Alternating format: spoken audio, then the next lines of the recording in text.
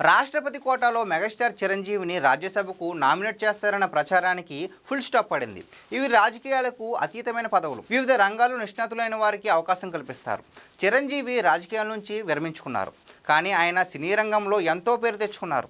కళారంగం కోటాలో ఆయనను మరోసారి రాజ్యసభకు పంపుతారన్న ప్రచారం జరిగింది.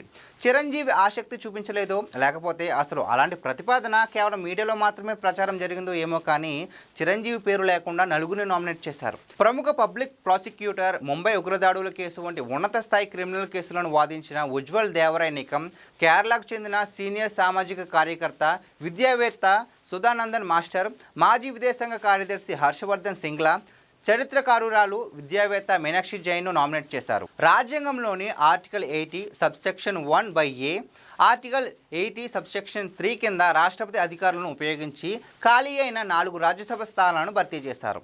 ఈ మేరకు కేంద్రం నోటిఫికేషన్ జారీ చేసింది. గతంలో ఈ కోటాలో తెలుగు సినీ రచయిత విజేంద్ర ప్రసాద్తో పాటు సచిన్ టెండూల్కర్, మాజీ చీఫ్ జస్టిస్ రంజన్ గగోయ్ వంటి వారు కూడా నామినేట్ అయ్యారు.